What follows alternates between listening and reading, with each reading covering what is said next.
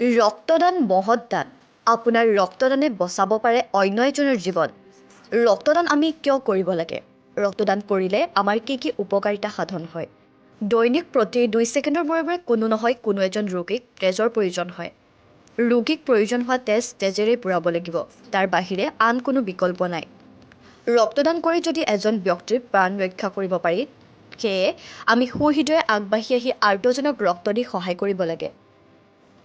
বিভিন্ন সময়ত সেই ৰোগীজনক বিভিন্ন ৰোগৰ পৰা বচোৱাৰ উপৰিও মৃত্যুৰ পৰাও বচাব পাৰি। ৰক্তদান কৰিলে আমাৰ কি কি উপকাৰ হয়?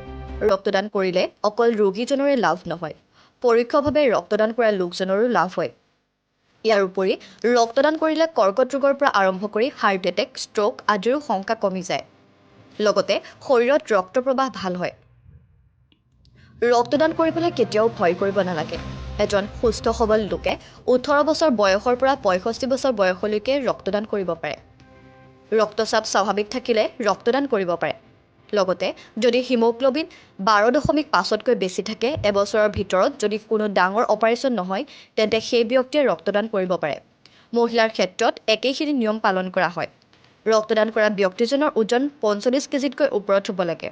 উল্লেখযোগ্য, ৰক্তদান কৰাৰ 3 ঘণ্টাৰ পিছত এজন লোকে যিকোনো স্বাভাৱিক কাম কৰিব পাৰে। কেৱল কিছু সাৱধানতা অৱলম্বন কৰাটো ব্যক্তিগৰাকীৰ বাবে ভাল। ৰক্তদানৰ পাছত ৰোগ সংক্ৰমণৰ কোনো শংকা নাথাকে।